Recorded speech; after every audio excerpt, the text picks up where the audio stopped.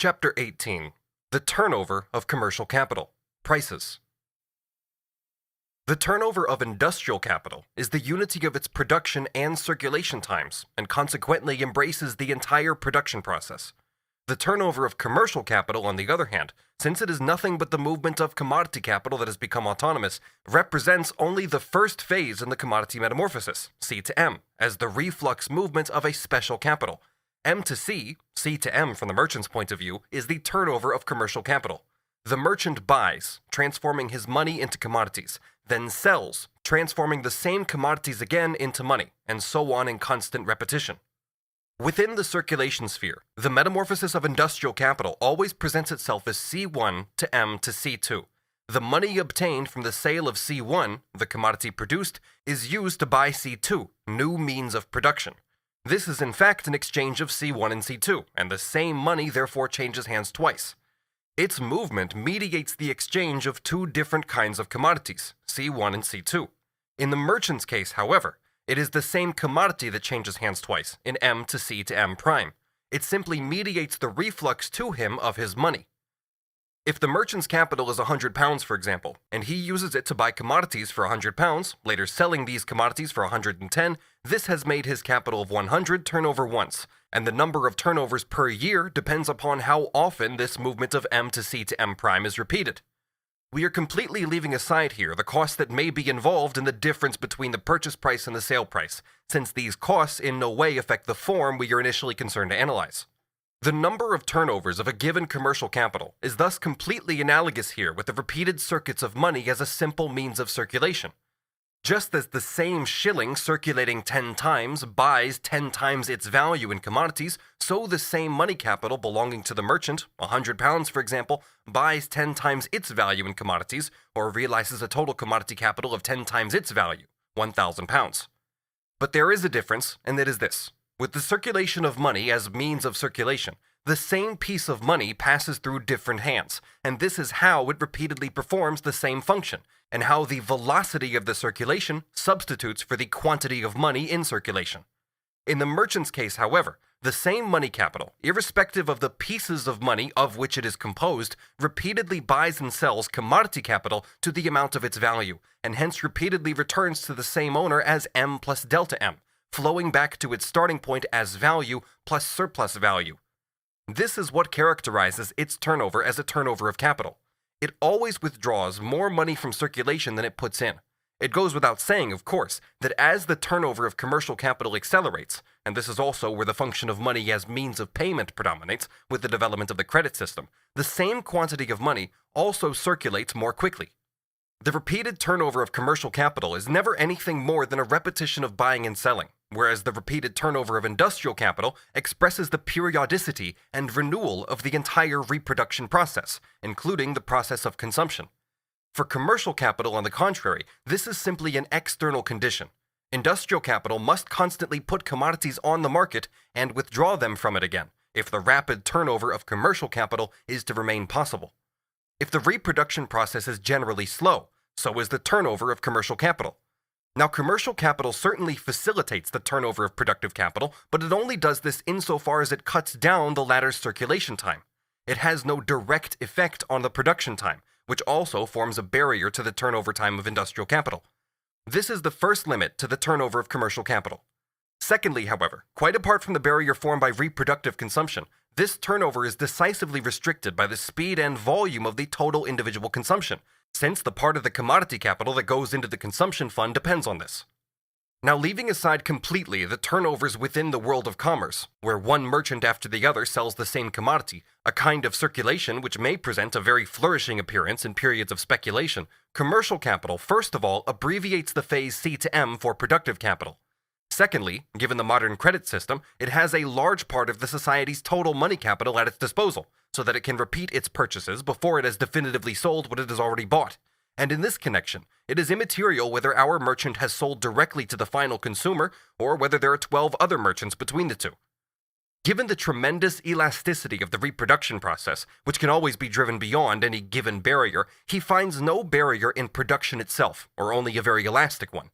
Besides the separation of C to M and M to C, which follows from the nature of the commodity, an active demand is now therefore created. Despite the autonomy it has acquired, the movement of commercial capital is never anything more than the movement of industrial capital within the circulation sphere. But by virtue of this autonomy, its movement is, within certain limits, independent of the reproduction process and its barriers, and hence it also drives this process beyond its own barriers. This interdependence in combination with external autonomy drives commercial capital to a point where the interconnection is forcibly re-established by way of a crisis. This explains the phenomenon that crises do not first break out and are not at first apparent in the retail trade, which bears on immediate consumption, but rather in the sphere of wholesale trade, as well as banking, which places the money capital of the entire society at the wholesaler's disposal. The manufacturer may actually sell to the exporter, and the exporter to his foreign customer. The importer may sell his raw materials to the manufacturer, and the manufacturer sell his products to the wholesaler, etc. But at some particular imperceptible point, the commodity lies unsold, or else the total stocks of producers and middlemen gradually become too high. It is precisely then that consumption is generally at flood tide, partly because one industrial capitalist sets a series of others in motion, partly because the workers these employ, being fully occupied, have more than usual to spend. The expenditure of the capitalists increases with their revenue. And besides this, there is also, as we have already seen in Part 3 of Volume 2, a constant circulation between one constant capital and another, even leaving aside the accelerated accumulation, which is initially independent of individual consumption, insofar as it never goes into this even though it is ultimately limited by it, for production of constant capital takes place never for its own sake, but simply because more of it is needed in those spheres of production whose products do go into individual consumption. This can continue quite happily for a good while, stimulated by prospective demand, and in these branches of industry, business proceeds very briskly, as far as both merchants and industrialists are concerned. The crisis occurs as soon as the returns of these merchants, who sell far afield, or who have accumulated stocks at home, become so slow and sparse that the banks press for payment for commodities bought, or bills fall due before any resale takes place. And then we have the crash, putting a sudden end to the apparent prosperity.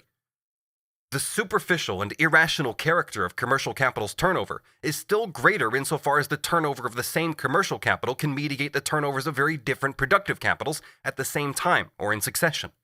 But not only can the turnover of commercial capital mediate the turnovers of various different industrial capitals, it can also mediate the opposing phases of commodity capital's metamorphosis. The merchant may, for instance, buy linen from the manufacturer and sell it to the bleacher. Here, therefore, the turnover of the same merchant's capital, in actual fact the same C to M, the realization of the linen, represents two opposite phases for two different industrial capitals. If the merchant sells for productive consumption, his C to M represents the M to C of one industrial capital, and his M to C the C to M of another. If, as in this present chapter, we leave aside K, the cost of circulation, i.e. the portion of capital that the merchant advances besides the sum laid out on the purchase of commodities, of course we must also leave aside delta K, the additional profit that he makes on this additional capital. This is the strictly logical and mathematically correct way of looking at things, if it is a question of seeing how profit and turnover of commercial capital affect prices. If the production price of 1 pound of sugar is 1 pound sterling, then with 100 pounds sterling the merchant can buy 100 pounds of sugar. If this is the amount he buys and sells in the course of a year, and the average annual rate of profit is 15%, he will add 15 pounds to this 100, and 3 shillings to each pound, the production price of 1 pound of sugar. He will thus sell a pound of sugar at 1 pound and 3 shillings. If the production price of a pound of sugar falls to 1 shilling, then with his 100 pounds sterling, the merchant will now buy 2,000 pounds and sell each pound at 1 shilling 1 4/5 pence. The annual profit on the capital of 100 pounds laid out in his sugar business will still be 15 pounds sterling as before. It is simply that he has to sell 100 pounds in one case and 2,000 pounds in the other. The level of the price of production, whether high or low, has nothing to do with the profit rate, but it has a decisive effect on the aliquot part of the sale price of each pound of sugar that goes to form commercial profit, i.e. the addition to the price that the merchant makes on a certain quantity of the product. If the production price of a commodity is low, so is the sum that the merchant advances in its purchase price, i.e. for a given quantity, and so too at a given rate of profit is the amount of profit he makes on a given quantity of this cheaper commodity. Alternatively, and this comes to the same thing, he can buy a larger amount of this cheaper commodity with a given capital of, for example, 100 pounds, and the overall profit of 15 pounds which he makes on this 100 is then distributed in small fractions over the individual portions of this mass of commodities, and vice versa. This depends completely on the higher or lower productivity of the industrial capital whose commodities he trades in.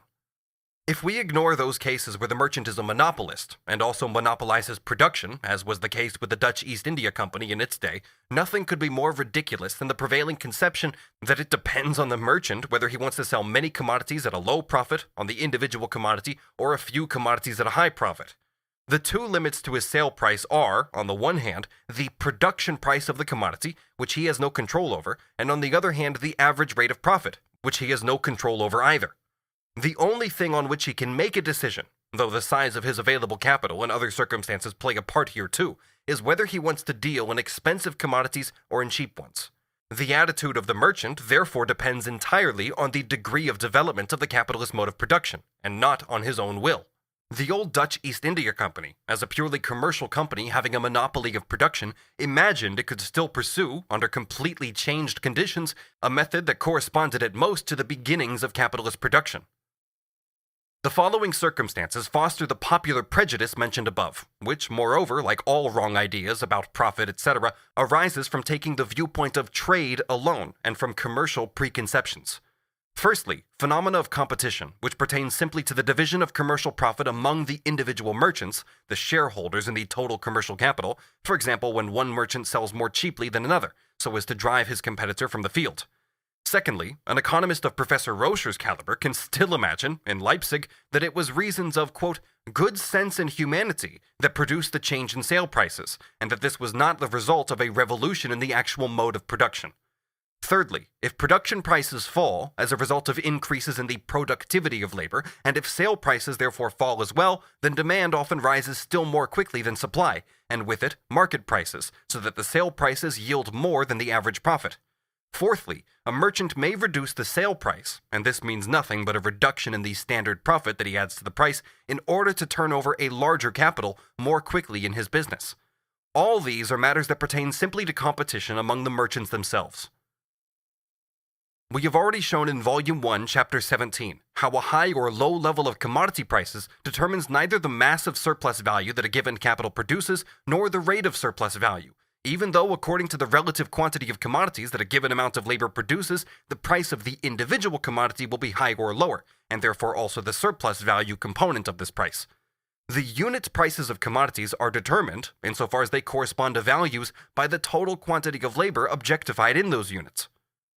If only a little labor is objectified in many commodities, the price of the individual commodity will be low, and so will be the surplus value contained in it. But how the labor embodied in a commodity is divided into paid and unpaid labor, and what proportion of this price thus represents surplus value, has nothing to do with this total amount of labor, i.e. with the price of the commodity. The rate of surplus value does not depend on the absolute size of the surplus value, but rather on its relative size, its relationship to the wages that went into the commodity in question. Hence, the rate can be high, even though the absolute amount of surplus value in each individual commodity is small. This absolute amount of surplus value in each individual commodity depends in the first place on the productivity of labor, and only secondly on its division between paid and unpaid. As far as the commercial sale price is concerned, the production price is a given external assumption. The high level of commercial commodity prices at an earlier period was due firstly to the high level of production prices, i.e. the low productivity of labor, and secondly to the absence of a general rate of profit, since commercial capital drew a far higher proportion of the surplus value than would accrue to it in conditions of general mobility of capital. The cessation of this situation, therefore, is in both respects the result of the development of the capitalist mode of production. Turnovers of commercial capital are longer or shorter in various branches of trade, and the number of turnovers in the year thus more or less. Within the same branch of trade, the turnover is quicker or slower in different phases of the economic cycle. There is, however, an average number of turnovers, which is discovered by experience. We have already seen how the turnover of commercial capital differs from that of industrial capital. This follows from its very nature. One individual phase in the turnover of industrial capital appears as the complete turnover for an independently functioning commercial capital, or even for a part of it. It stands also in a different relationship to the determination of profit and price. As far as industrial capital is concerned, its turnover expresses on the one hand the periodicity of reproduction and depends therefore on the amount of commodities that are put on the market in a certain period of time. On the other hand, the circulation time also forms a limit, even if an extendable one, which may have a more or less constricting effect on the formation of value and surplus value through its effect on the scale of the production process. Thus, the turnover exerts its determining function on the mass of surplus value annually produced, and hence on the formation of the general rate of profit, not as a positive factor, but rather as a constricting one. The average rate of profit, on the other hand, is a given magnitude as far as commercial capital is concerned. Commercial capital does not have a direct effect on the creation of profit or surplus value, and it enters as a determining element into the formation of the general rate of profit only insofar as it draws its dividends from the mass of profit that industrial capital produces, according to the proportion that it forms in the total capital. The greater the number of turnovers made by an industrial capital under the conditions developed in Volume 2, Part 2, the greater is the mass of profit that it forms. Now, it is true that the establishment of a general rate of profit means that this total profit is divided among the various capitals not according to the ratio in which they directly participate in its production, but rather according to the aliquot parts that they form in the total capital, i.e. in proportion to their size. But this does not alter the essence of the question. If the number of turnovers of an industrial capital is greater, so is the mass of profit, the mass of surplus value annually produced, and hence, with other circumstances remaining the same, also the rate of profit. It is different with commercial capital. Here, the rate of profit is a given magnitude, determined on the one hand by the mass of profit that industrial capital produces, and on the other by the relative size of the overall commercial capital, by its quantitative proportion in the total capital advanced in the production and circulation process. The number of its turnovers, however, has a determining effect on its relationship to the total capital, or the relative size of the commercial capital needed for circulation, in that it is evident that the absolute size of the commercial capital required stands in inverse proportion to the speed of its turnover. Its relative magnitude, however, or the share that it forms in the total capital, is given by its absolute magnitude, all other circumstances remaining the same. Say that the total capital is £10,000. Then, if the commercial capital is 1/10 of this, it's 1,000. If the total capital is 1,000, then 1/10 of this is 100. In this respect, its absolute magnitude varies, although its relative magnitude remains the same, varying with the magnitude of the total capital. Here, however, we take its relative magnitude as given, say 1/10 of the total capital, and this relative magnitude is itself determined in turn by the turnover. Given a rapid turnover, its absolute size may be 1,000, for example, in the first case, and £100 in the second case, so that its relative size is 1/10. With a slower turnover, its absolute size may be 2,000 in the first case and 200 in the second. Its relative magnitude would have grown from 1/10 of the total capital to 1/5. Circumstances that shorten the average turnover of commercial capital, such as the development of means of transport, for example, reduce in the same proportion the absolute magnitude of this commercial capital, and hence raise the general rate of profit, and vice versa. The developed capitalist mode of production, compared with earlier conditions, has a double effect on commercial capital. The same amount of commodities are turned over with a smaller amount of actually functioning commodity capital, while on account of the more rapid turnover of this commercial capital and the greater speed of the reproduction process on which it depends, the ratio of commercial capital to industrial capital is reduced. On the other hand, with the development of the capitalist mode of production, all production becomes commodity production, and hence the whole of the product comes into the hands of agents of circulation, in which connection it may also be added that in an earlier mode of production, under which production was carried out on a smaller scale, quite apart from the mass of products that were directly consumed in kind by the producers themselves, and the mass of services that were performed in kind too, a very large proportion of the producers sold their commodities directly to their consumers, or worked to their personal orders. Thus, even though commercial capital is larger in earlier modes of production in proportion to the commodity capital it turns over, 1. It is smaller in absolute terms, because an incomparably smaller part of the entire product is produced as a commodity, has to go into circulation as commodity capital, and comes into the hands of merchants. It is smaller because the commodity capital is smaller. But it is at the same time relatively greater, and not only on account of the slower rate of its turnover, and in proportion to the mass of commodities that it turns over. It is also greater because the price of this mass of commodities, and also therefore the commercial capital that has to be advanced for it, is greater as a result of the lower productivity of labor compared with capitalist production, so that the same value is expressed in a smaller amount of commodities. 2. Not only is a greater mass of commodities produced on the basis of the capitalist mode of production, in which connection the reduced value of this mass of commodities must be taken into account, but the same mass of products, for example of corn, forms a greater mass of commodities, i.e. more and more of it comes into commerce. The result of this, moreover, is that not only does the mass of commercial capital grow, but so too does that of all the capital invested in circulation, for example in shipping, railways, telegraphs, etc. 3. However, and this is an aspect to be discussed when we come to competition among capitals, non-functioning or only semi-functioning commercial capital also grows with the progress of the capitalist mode of production, with the increased ease of entry into the retail trade, with speculation and a surplus of unoccupied capital. However, taking the magnitude of the commercial capital in relation to the total capital as given, the variations in turnover between various branches of commerce do not affect the total profit that accrues to the commercial capital, nor do they affect the general rate of profit. The merchant's profit is determined not by the mass of commodity capital he turns over, but rather by the amount of money capital he advances in order to mediate this turnover. If the general annual rate of profit is 15%, and the merchant advances £100, then if his capital turns over once a year, he will sell his commodities at £115. If his capital turns over 5 times a year, he will sell a commodity capital with a purchase price of 100, 5 times a year at a price of 103, and in the whole year, therefore, a commodity capital of 500 at 515. This gives him, as before, an annual profit of £15 on the capital of £100 he has advanced. If this were not the case, commercial capital would yield a far higher profit than industrial capital in relation to the number of its turnovers, and this would contradict the law of the general rate of profit. The number of turnovers of commercial capital in various branches of commerce thus has a direct effect on the commercial prices of commodities. The level of the commercial price supplement, that is to say the aliquot part of the commercial profit on a given capital that is added to the production price of the individual commodity, stands in inverse proportion to the number of turnovers, or the speed of turnover, of the commercial capital in the particular line of business in question. If a commercial capital turns over 5 times in a year, it adds to the same value of commodity capital only a fifth the increase that another commercial capital, able to turn over only once in a year, adds to a commodity capital of equal value.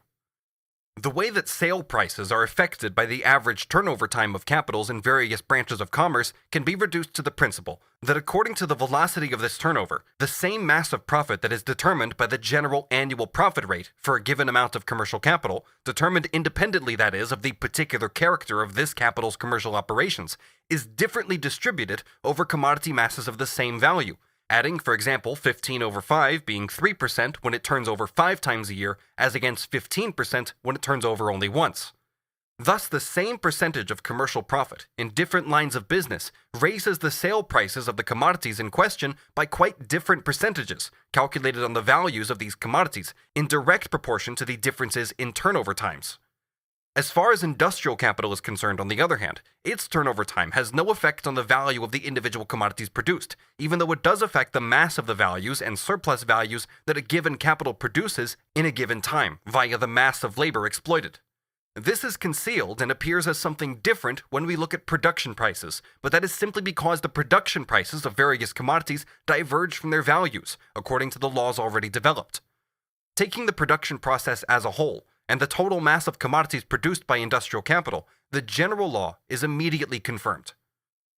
Thus, while a closer consideration of the influence of turnover time on value formation, in the case of the individual capital, leads back to the general law and the basis of political economy, that is, that commodity values are determined by the labor time they contain, the influence of the turnover of commercial capital on commercial prices exhibits phenomena which, in the absence of a very far-reaching analysis of the intermediate stages of the process, seem to presuppose a purely arbitrary determination of prices, i.e. a determination simply by the fact that capital happens to have made up its mind to make a certain amount of profit per year.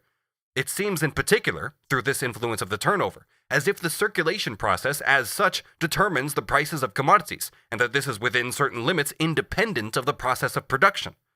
All superficial and distorted views of the overall reproduction process are derived from consideration of commercial capital, and from the notions that its specific movements give rise to in the heads of the agents of circulation. As the reader will have recognized in dismay, the analysis of the real interconnections of the capitalist production process is a very intricate thing and a work of great detail.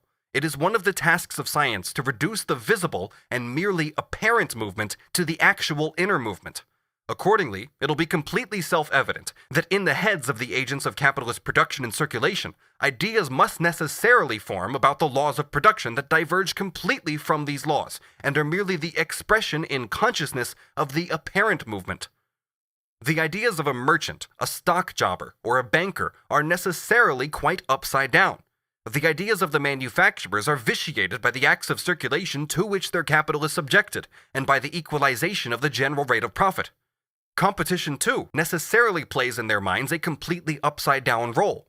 If the limits of value and surplus value are given, it is easy to perceive how the competition between capitals transforms values into prices of production, and still further into commercial prices, transforming surplus value into average profit. But without these limits, there is absolutely no way of seeing why competition should reduce the general rate of profit to one limit rather than to another, to 15% instead of 1,500%. It can at most reduce it to one level, but there is absolutely no element in it that can determine this level itself. From the standpoint of commercial capital, therefore, turnover itself seems to determine price. On the other hand, while the speed of industrial capital's turnover, insofar as it enables a given capital to exploit more or less labor, has a determining and delimiting effect on the mass of profit, and hence on the general rate of profit as well, commercial capital is faced with the rate of profit as something external to it, and this rate's interconnection with the formation of surplus value is completely obliterated.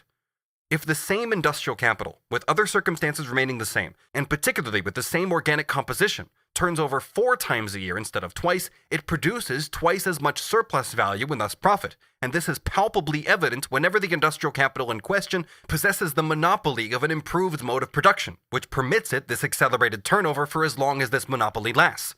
The differing turnover time in different branches of commerce, however, does manifest itself inversely in this way. The profit made on the turnover of a certain commodity capital stands in inverse proportion to the number of turnovers of the money capital that turns over this commodity capital. In other words, small profits and quick returns appears to the shopkeeper as a principle that he follows on principle. It is readily apparent, of course, that this law applies only to the turnovers of commercial capital in a particular line of business, and leaving aside the mutually compensatory alternation of quicker and slower turnovers, holds only for the average turnover made by the whole commercial capital applied in this branch. The capital of A, involved in the same branch as B, may make more or less than the average number of turnovers. In this case, the others conversely make less or more. This in no way affects the turnover of the total mass of commodity capital invested in this branch, but it is of decisive importance for the individual merchant or retailer. In such a case, he may make a surplus profit, just as industrial capitalists make surplus profits if they produce under more favorable conditions than the average. If competition compels it, he can sell more cheaply than his competitors without reducing his profit below the average. If the conditions that enable him to have a quicker turnover can themselves be purchased, for example the location of a sales outlet, he may pay extra rent for this, i.e. a part of his surplus profit is transformed into ground rent.